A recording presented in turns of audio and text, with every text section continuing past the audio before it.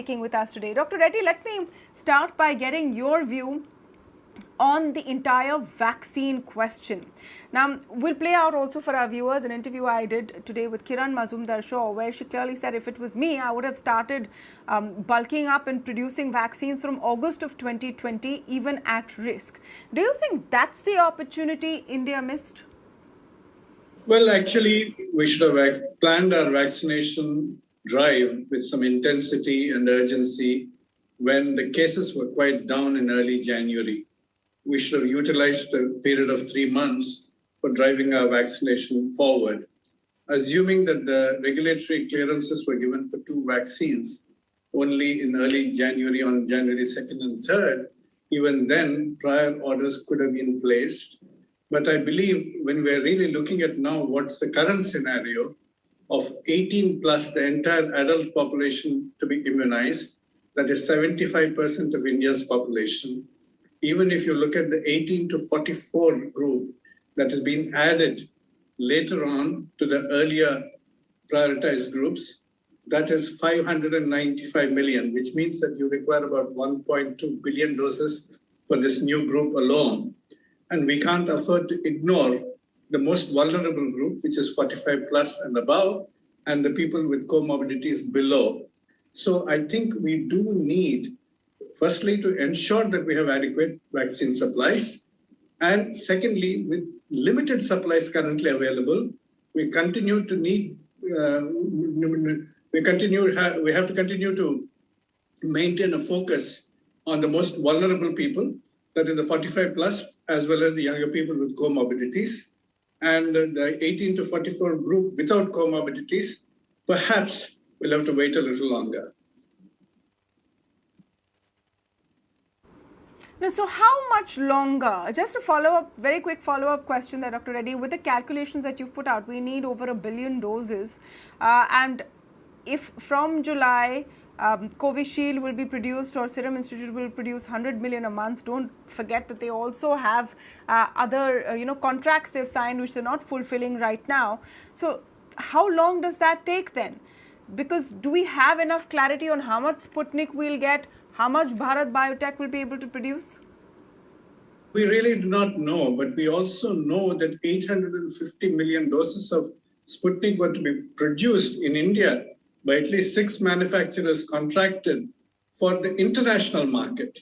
If we can now persuade that a large proportion of that must remain back in India, then at least we'll have access to a substantial amount of the Sputnik vaccine. And of course, the other vaccines which are under development and under trials, if they pass the regulatory review, let us say by June or July, at least 1 or 2 of them, then we should start seeing their production as well. But I think at the moment, the position is not clear. We are depending upon the 2 vaccines already approved for regulatory, with permissions, and also the Sputnik V, which has been given clearance. So we have access to 3 vaccines for the next 2 or 3 months. Sujata Rao, your comments on what we've seemed to do with our vaccine plan. So the point number 1 is that we definitely did not stockpile vaccines. I'm not sure if it's because we thought a second wave wouldn't come. Even if a second wave didn't come, the plan was always to immunize a large part of the population. So what really were we waiting for? My reading of the situation is like this. One is, even today, we don't really have a vaccine plan, and I will come to that later on. But I think if you go back, as Dr. Reddy said, after January 3rd, when the DCGI gave permission for 2 companies, we placed only orders for 200 million doses. So the companies need a bigger order to really think big and roll out the manufacturing capacity. Capacities don't come overnight. They need to know that they're firm orders for some quantities, and that's how they plan. So that was not possible for them when the government itself was giving orders only for 200 million. The second thing, the main reason for such a small order, perhaps, was because there was a sense of complacency. We cannot deny that, thinking that we've got over the COVID danger and we have won the battle. And so, it's now only vaccination, which we can do aram se, cover the whole population systematically over the next few months.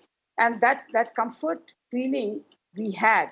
We did want to vaccinate, but we didn't feel the urgency of it. And neither did we see that little period of low caseloads as a window that we had before the second wave hit. The third thing is why I'm persuaded to believe this is because Pfizer came before these two companies to the DCGI and asked for an emergency authorization, but it was not entertained, and finally Pfizer went away. I mean, there were reasons why not, but anyway, the short and long of the story is that they left. And Johnson also applied sometime later. They were also not given permission and so on. So we didn't really pursue any other candidate vaccine very aggressively except these two.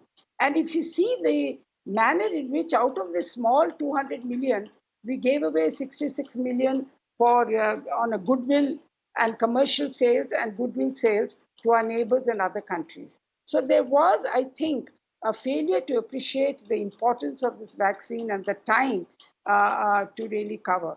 Having said that, when you use the word national plan, I really don't think we've still done the basic worksheet of what is our population, what is the target population, how much is the vaccines that we need, and what is the production capacity with these two companies. Had we done that, we would know the size of the problem.